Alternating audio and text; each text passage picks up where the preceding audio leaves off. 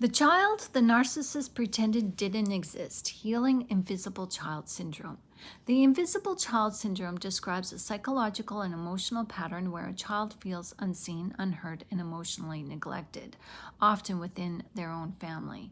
Now, this is not an official mental health diagnosis, but rather a term used in child psychology and trauma work to explain the long-term effects of emotional neglect or being overlooked in favor of siblings or family dynamics. So here's how it often develops.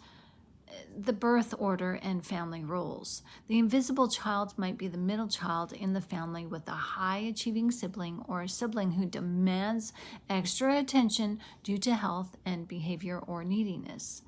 Now, the parent's emotional unavailability, oh my goodness. Parents may be physically present but emotionally absent, dismissing or ignoring the child's needs. Now, this also depends on narcissistic family systems. If a parent is narcissistic, the invisible child might be the one who stays quiet, avoids conflict, and hides feelings to escape criticism or manipulation. So what are the signs of invisible child syndrome? Well, somebody feels overlooked or ignored, even in group settings, and they're rarely celebrated or acknowledged for their achievements. They learn to suppress emotion to not cause trouble, and they develop people-pleasing or self-effacing habits. They may struggle with identity, self-worth, and boundaries in adulthood. So what are the adult consequences for this? Well, we often have difficulty expressing needs or even knowing what we want or what those needs are. We suffer from low self-esteem and chronic feelings of unworthiness. And we have a high attraction to relationships where we feel unseen and undervalued. And we have the tendency to be the peacekeeper or the supporter, but not the center of attention. So healing involves recognizing that our invisibility was not a survival strategy. Not just a survival strategy, as it was not a flaw. We did what we had to do, and we did what we needed to do. It wasn't our fault. And healing requires validating your own feelings and experiences. Understand that, yeah, you were neglected. Understand that it wasn't necessarily because you weren't unloved. It's what happened has a lot to do with your parents and what they were going through. So learn to ask for what you need without guilt and build relationships where you are valued, where you're heard and seen and loved. See, in narcissistic family systems, the invisible child often stays quiet and plays a quiet role. And this role is very painful. But nobody knows about it because nobody observes or dares to ask, and the child just doesn't speak up.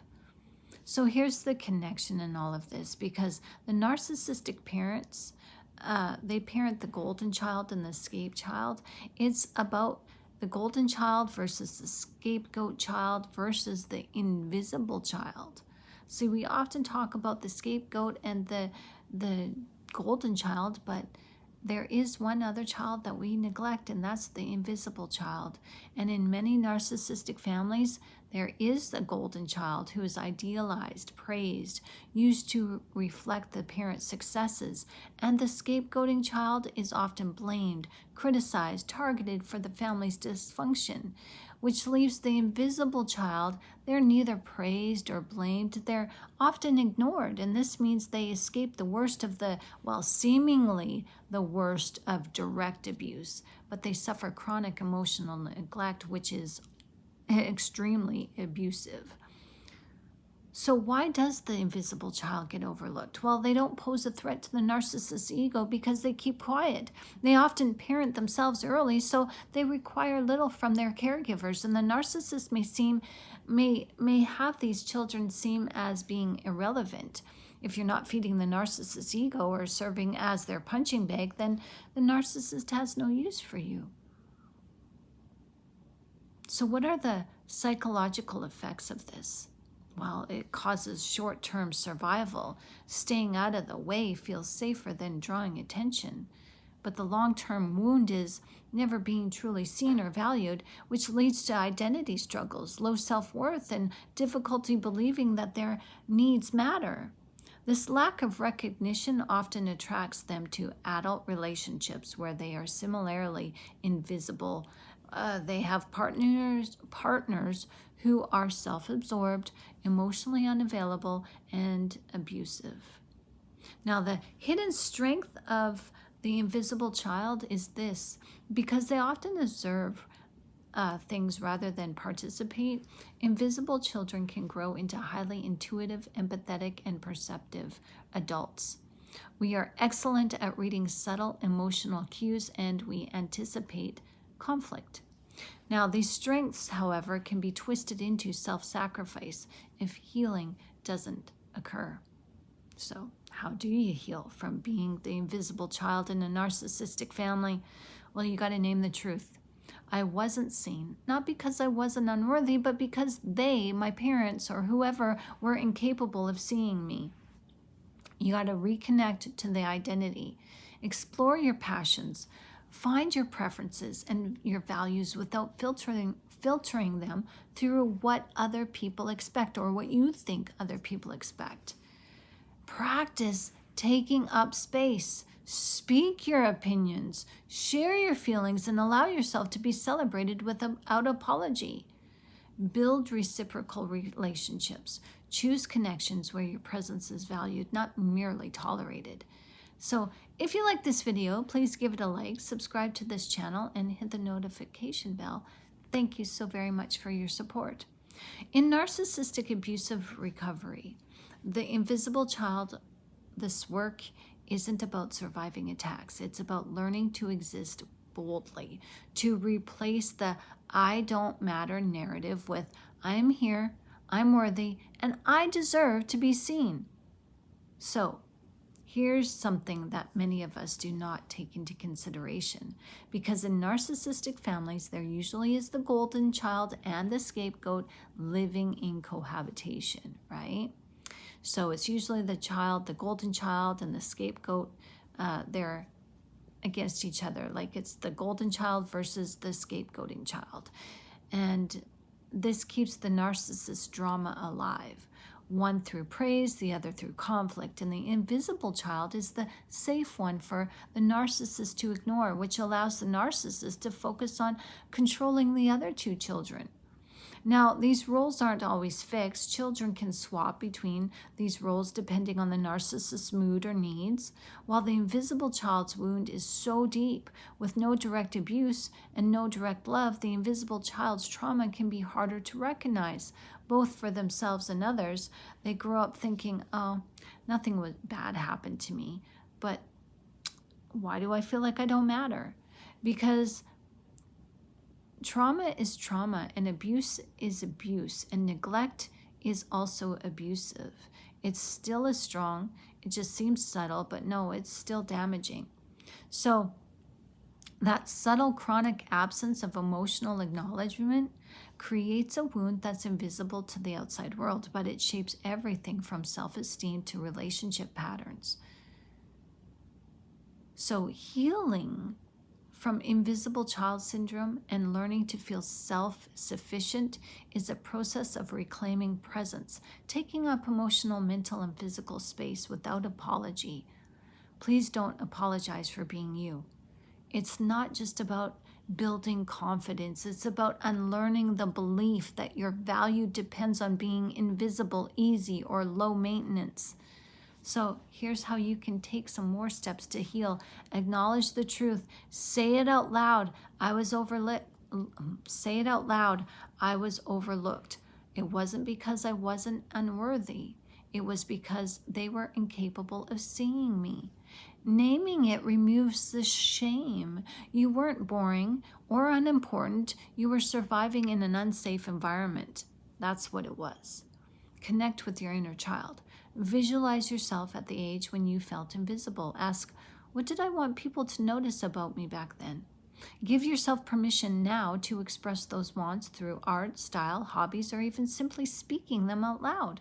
And number 3, Practice taking up space. Start with low-stakes situations. Speak up in a group, even if it's just to agree with somebody. Stand in the power pose with your hands on your hips. Share your opinion without prefacing it with, this might sound silly or you might disagree, but don't do that. Make a small request, like asking for a table change at a cafe, so your mind learns that your needs matter. And over time, increase the emotional weight of what you speak up about.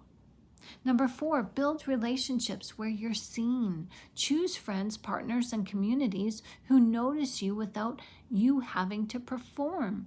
Avoid relationships where your quietness is mistaken for not having needs. Watch for reciprocity. Do they ask you about you? Number 5, develop a significance practice. Create daily habits that anchor your worth independent of other people's recognition. Celebrate micro wins. Write down 3 things you did well each day, no matter how small.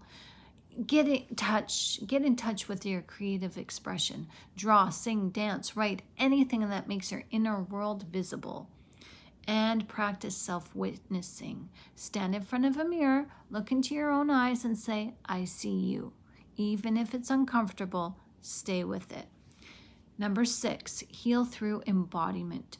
Trauma from invisibility isn't only mental, it's stored in the body. Practices like stretching and breath work, exercise, mindfulness, walking, helps you to reconnect you to your physical presence, making taking up space feel safe. Number 7, redefine significance. Significance isn't about fame or constant validation. It's about living in alignment with your truth and values. Ask yourself, if I believed I was important, how would I spend my time? Start living as if that belief were already true, because it is. Now, instead of waiting for someone to grant you significance, you claim it as your birthright.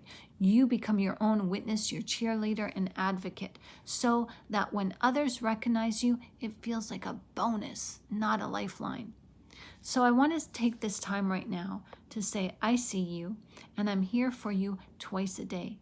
Thank you for watching this video. My name is Shannongilmour, and I am a personal mentor. So if you want support and outreach, I'm willing to help you make the shift in your life from survivor to thriver. A link to sign up for a one-on-one consultation with me is posted in the description of this video. Now, Positively Spiritual is available for you live twice a day, provided that we have exceptional internet service. We'd love to see you. So join us for a group chat and insightful conversations and study topics that help you learn and grow.